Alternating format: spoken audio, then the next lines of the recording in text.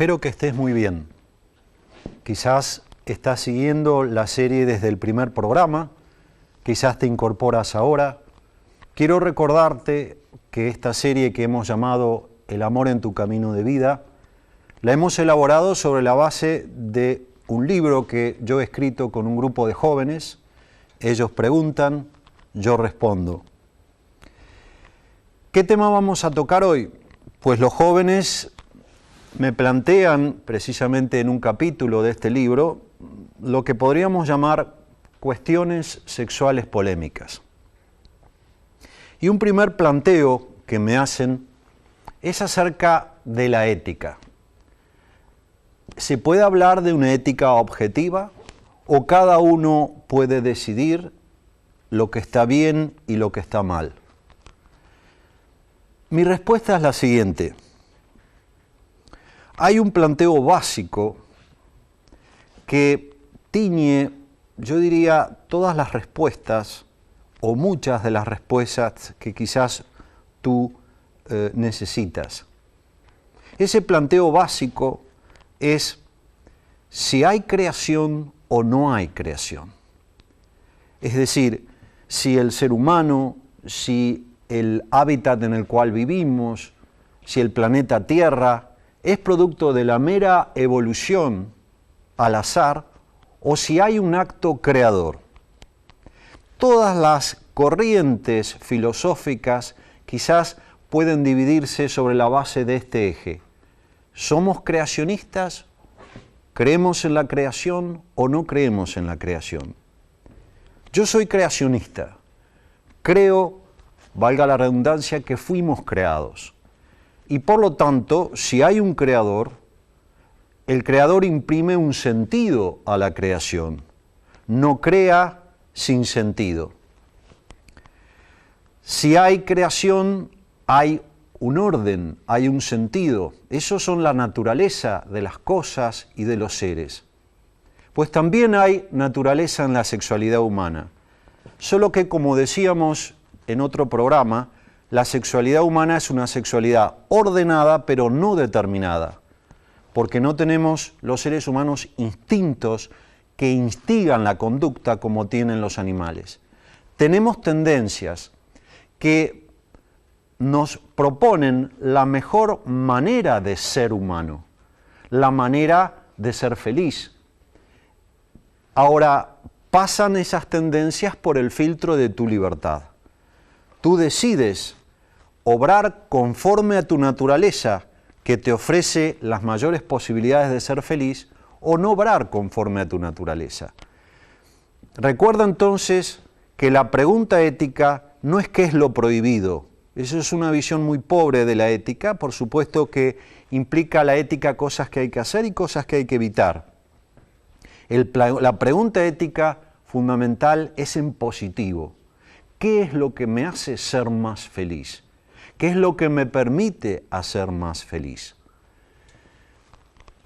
De manera que, concretando una respuesta, sí, existe una ética objetiva, existe una ética transcultural, existe algo dado al ser humano en forma natural y permanente que puede tener matices culturales.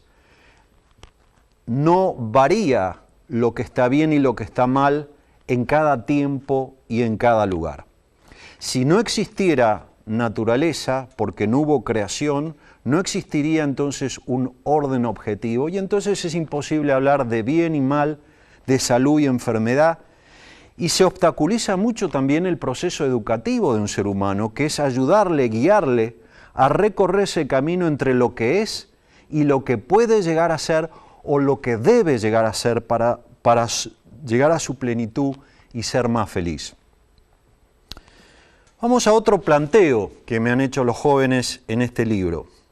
El tema del matrimonio a prueba. ¿Puede vivirse un matrimonio a prueba? ¿Existe realmente una prueba del matrimonio a través de la convivencia con intimidad sexual previa al matrimonio?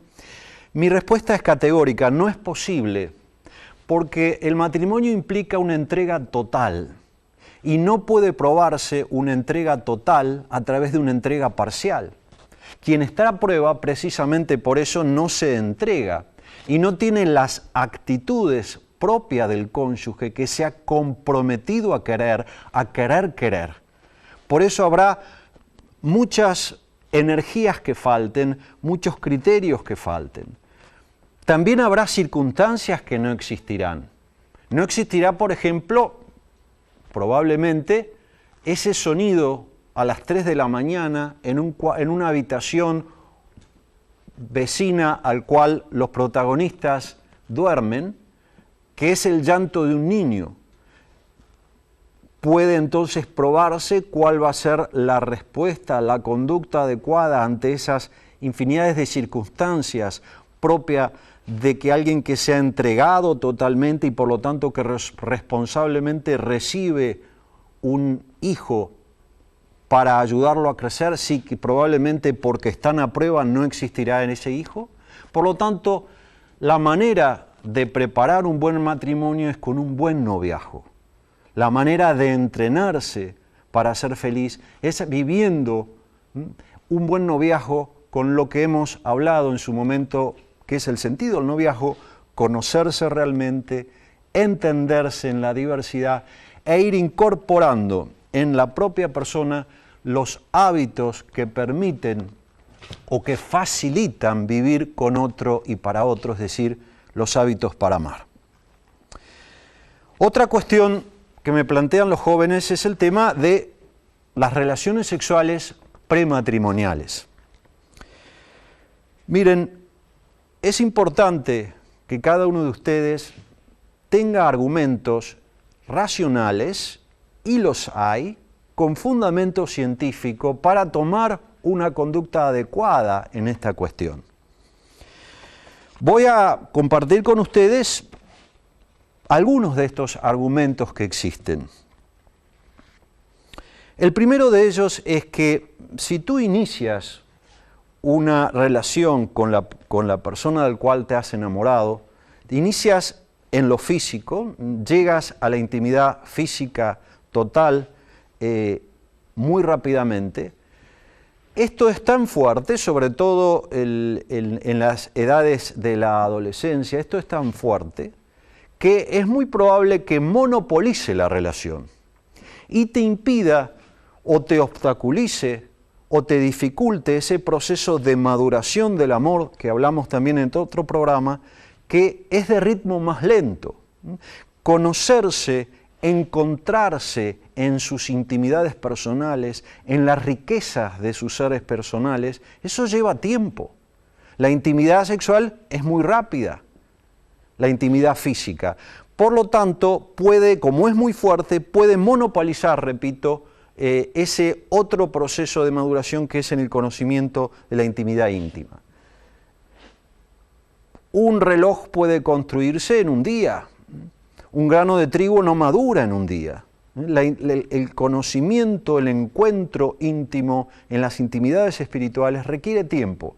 Y muchas veces esto vuelve a decir, se hace difícil porque se va a lo sexual, que es muy fuerte.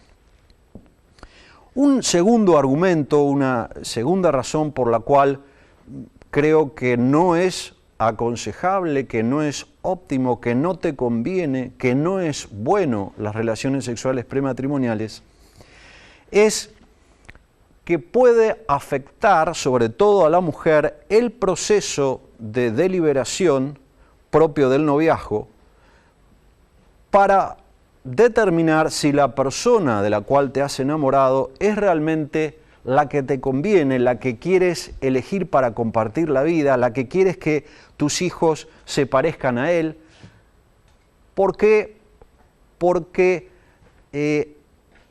el cuerpo tiene, la entrega total del cuerpo tiene, especialmente en la mujer, no digo que no lo tenga en el varón, tiene la posibilidad de atrapar psicológicamente a la mujer y por lo tanto vincularla psicológicamente a ese varón, dificultándole, vuelvo a decir, el proceso de ponderación, de deliberación acerca de si ese varón es realmente la persona adecuada para un proyecto de vida conjunto. Otra razón por la cual no es adecuado, las relaciones sexuales prematrimoniales no son éticas, es decir, no te convienen.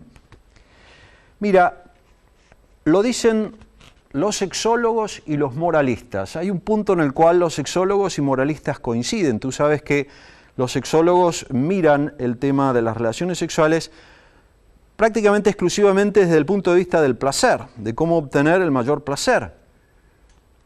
Los moralistas estudian las conductas humanas libres en relación con el fin de la persona humana y su naturaleza. Bueno, sexólogos y moralistas coinciden en que la plenitud del acto sexual, como acto humano, como encuentro personal, requiere un clima psicológico de serenidad y de paz que no se alcanza plenamente en una relación sexual prematrimonial o extramatrimonial.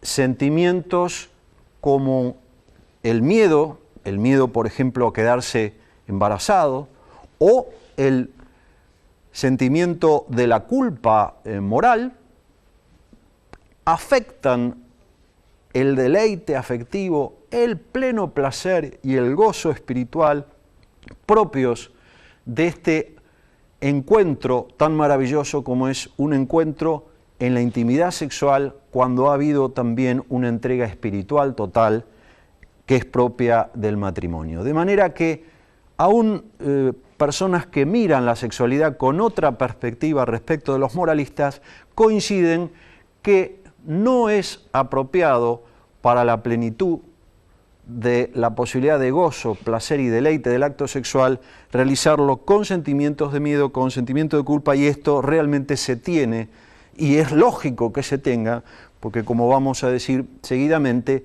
no hay ningún método anticonceptivo que sea plenamente seguro y siempre existe la posibilidad de traer a la vida a una persona en un momento que no le conviene ni a esa persona ni a sus padres.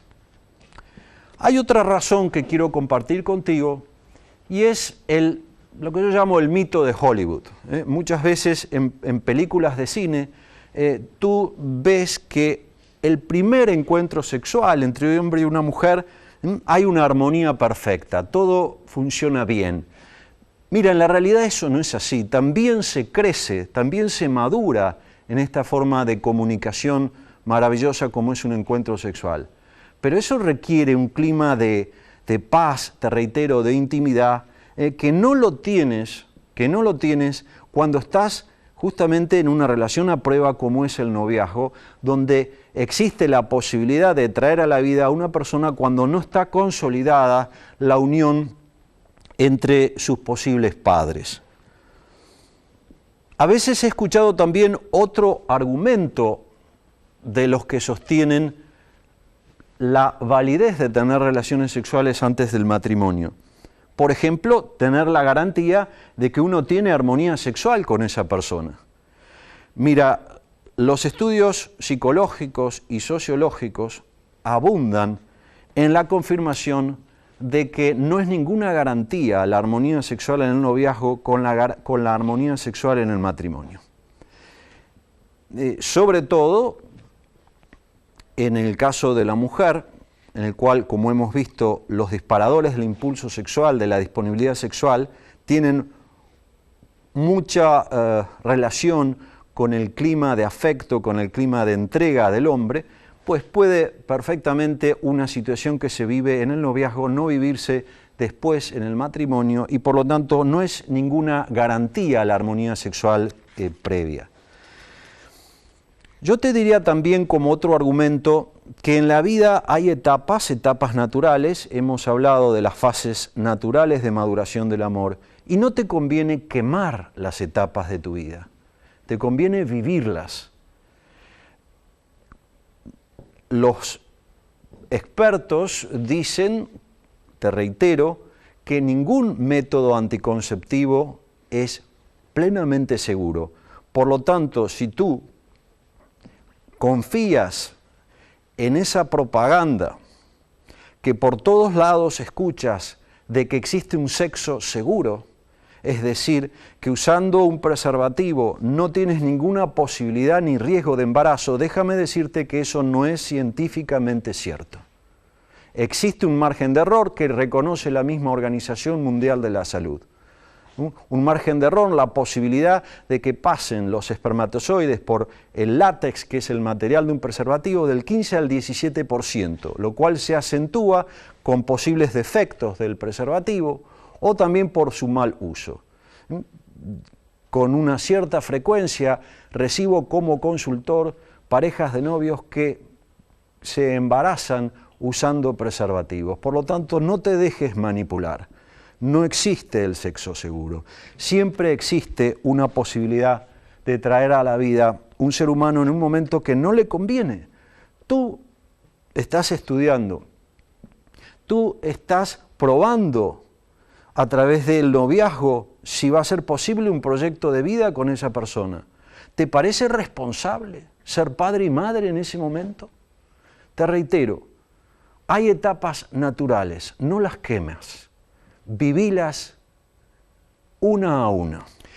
Otra cuestión sexual, otra cuestión polémica que me han planteado los jóvenes es la referida al autoerotismo y a la pornografía.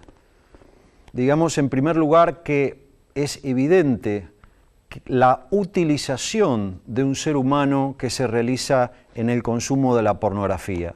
Es evidente el atentado a la dignidad humana que implica el consumo de pornografía, porque es considerar a un ser humano, a una mujer o a un hombre como objeto exclusivo de placer. El placer integrado al amor es bueno, pero el placer exclusivamente buscado como medio de satisfacción egoísta puede generar alguna satisfacción, pero genera después un sentimiento de vacío porque no corresponde, porque violenta la dignidad humana. No somos algo, somos alguien, y la pornografía implica la utilización de un ser humano como algo, como objeto exclusivo de placer. En cuanto al autoerotismo, déjame decirte que las conductas sexuales dejan siempre huella en nuestras personas. Yo diría, las conductas en general, las conductas buenas dejan buenas huellas y las conductas que no son adecuadas a la naturaleza humana dejan huellas no apropiadas. Si tú te habitúas a buscar placer al ritmo de tu sexo a través del autoerotismo, dejas la huella en tu sexualidad de llegar al máximo de la excitación sexual al ritmo de tu propio sexo. Si eres varón, te costará luego, en el momento oportuno de tener relaciones sexuales en el matrimonio, quizás tendrás dificultades para la armonía sexual porque no estarás habituado a gobernar tu impulso sexual para esperar el ritmo de excitación más lento de la mujer para poder llegar, como nos decía Juan Pablo II en ese libro Amor y Responsabilidad, a goces sexuales compartidos en el encuentro personal de los cónyuges. De manera que si de lo que se trata es de ser feliz, muy feliz, yo te diría que ni el autoerotismo ni la pornografía te entrenan para ser feliz. Pasemos a otro tema, un tema que es quizás uno de los más polémicos en este momento, y es el tema de la homosexualidad. Lo primero que quisiera decir cuando hablamos de homosexualidad es que el sustantivo es la persona y el adjetivo es la homosexualidad. Estamos hablando entonces de una persona homosexual. En tanto persona, un homosexual tiene derecho a todos los atributos de la persona humana y al trato debido de una persona humana, que es fundamentalmente el amor. Pero precisamente el amor es hacer el bien objetivo a un ser humano. Y no le hacemos el bien si el amor no va acompañado de la verdad. Porque ¿qué es la homosexualidad?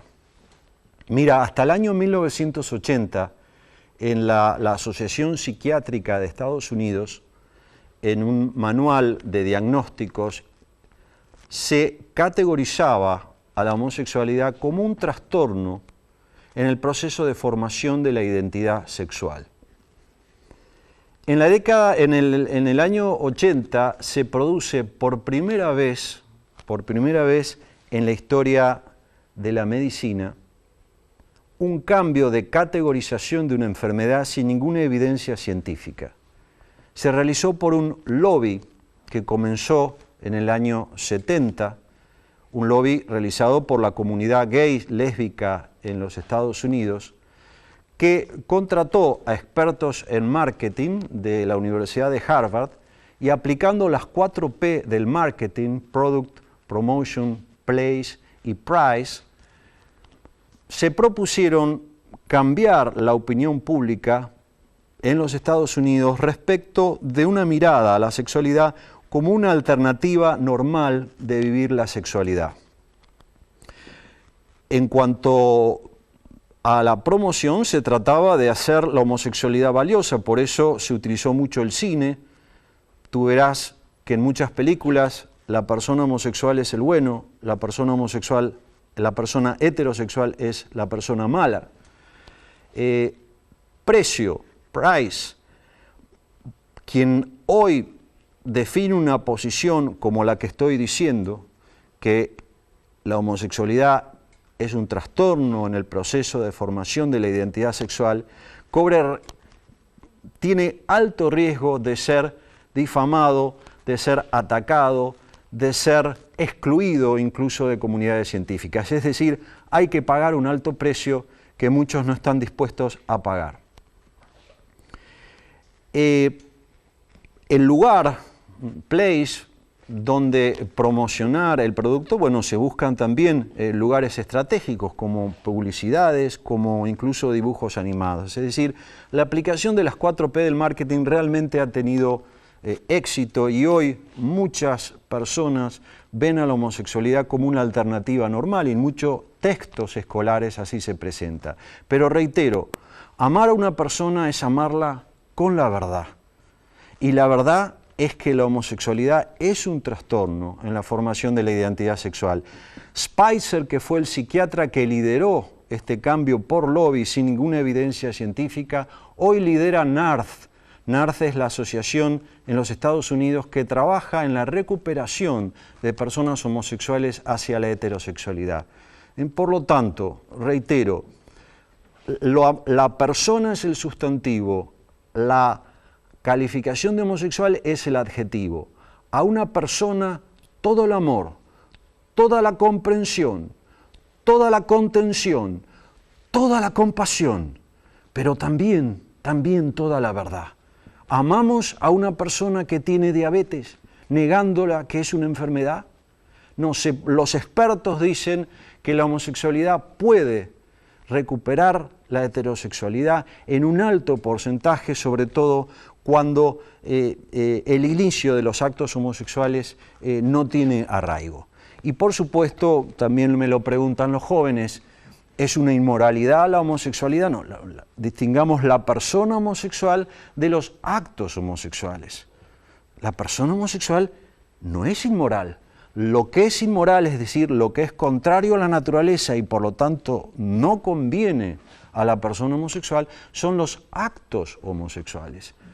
La homosexualidad va acompañada de otros trastornos psíquicos como muchas veces la obsesión, la depresión y las adicciones. Por lo tanto, amar a una persona homosexual no es decirle está todo bien, sino ofrecerle ayuda, y la hay, para recuperar esa condición natural que es la identidad masculina o la identidad femenina. He dicho que la persona homosexual tiene todos los derechos de la persona humana. Quiero aclarar que la titularidad de esos derechos es la condición de persona, no el adjetivo homosexual. Y quiero precisar que tiene, por supuesto, en tanto persona derecho a casarse, pero obviamente con persona de otro sexo, como toda otra persona humana. De hecho, en ninguna legislación civil está discriminada a la persona de condición homosexual porque no hay ningún impedimento que se refiera a la homosexualidad. ¿Por qué no es posible un matrimonio entre personas del mismo sexo? Porque precisamente lo conyugable, lo que se pone en común al casarse, no es lo que se tienen dos personas de igual, sino lo que tienen diverso, que es su sexualidad masculina y su sexualidad femenina. En ninguna cultura, en ningún momento histórico, el matrimonio ha sido la simple legalización de los afectos. Siempre ha sido, con matices culturales distintos, el tipo de unión en el cual lo que se pone en común es la diversidad sexuada masculina y femenina para poder tender a los dos fines del matrimonio, el bien de los cónyuges a través del enriquecimiento recíproco en esta diversidad y la apertura a la procreación y educación de los hijos, que es una dimensión de la entrega al cónyuge. Los hijos no se producen, sino que se procrean a través de la entrega amorosa al cónyuge, que tampoco dos personas de condición homosexual pueden hacer. En cuanto a la adopción de hijos por parte de homosexuales, hay décadas de psicología de la personalidad, de psicología del desarrollo, pediatría, es decir, fundamentación científica muy abundante que explica que lo mejor para un hijo, para el desarrollo óptimo de un hijo, es tener un padre y una madre. También los documentos internacionales, como la Declaración Universal de los Derechos del Niño, habla del interés superior del niño. Cuando hablamos de adopción, no hay que focalizar en el interés del que adopta, sino del interés del adoptado. Y el interés superior del niño es crecer con un padre y con una madre. Finalmente, aunque ya hemos hablado de este tema algo, quisiera hacer una referencia a la unión, la llamada unión meramente afectiva. Eso me preguntan también los jóvenes. ¿Da lo mismo el matrimonio que irse a vivir juntos? Bueno, lo hemos hablado y simplemente voy a ser muy breve para concretar la siguiente idea. No es lo mismo fundar una relación en la cual hay un compromiso de quererse, es decir, una actitud de querer quererse, a fundar una relación en la cual el protagonismo lo tiene el deseo.